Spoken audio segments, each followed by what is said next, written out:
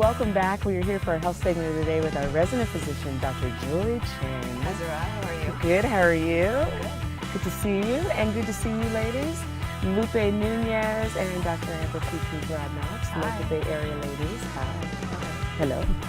We are talking about health issues that matter to us and to really just to folks in general. And the question of libido has come up.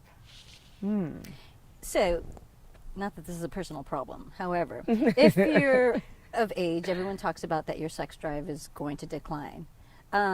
What if it doesn't and it's almost a little bit more? And then when do you realize that it is declining?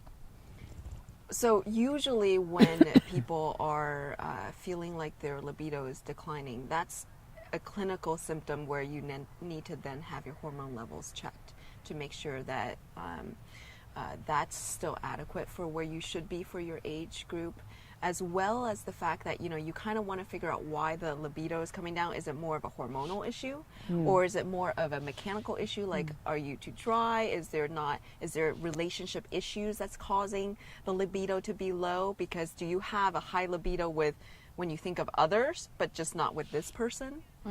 So there's kind of, is it more of a relationship? Well, Something to consider. Something to think about maybe. oh, that's a good question. Because the thing is that libido is very psychological and physiological. And so there is a definite connection, obviously the mind-body connection, but sometimes it can just be the mind as well. And it's the mind that triggers the physiologic versus sometimes the physiologic is triggering the mind, meaning if your thyroid is low, if your hormonal system is low, you might be a little more depressed. And so that then makes you feel like you have no sex drive. The other thing you want to think about is your medications. Are your medications causing low libido? Some women aren't aware that, oral contraceptive pills can actually potentially cause low libido. So now you're on your birth control pills for a reason, and then now you don't even want to have the sex, and it might be your birth control pills or some of the hormone therapies that you're on. But having said that, if the issue is more vaginal dryness, well, you need the hormone therapy to fix the problem. So it really is not, it's a more complicated answer in the sense that you have to look at what the root of the problem is, and that's the most important part. Is there a problem if it's a high sex drive? Not unless you think it's a problem. And I'm guessing you don't think it's a problem. So, as we get older, isn't it that women, the female sex drive gets higher as the males gets lower, right? Men at their younger ages have this, Italian stallion thing going on, right? Whereas women, as we get older towards our 40s, we have more of a sex drive. It's interesting you say that because it is true that women's sexual peak is later than a man's.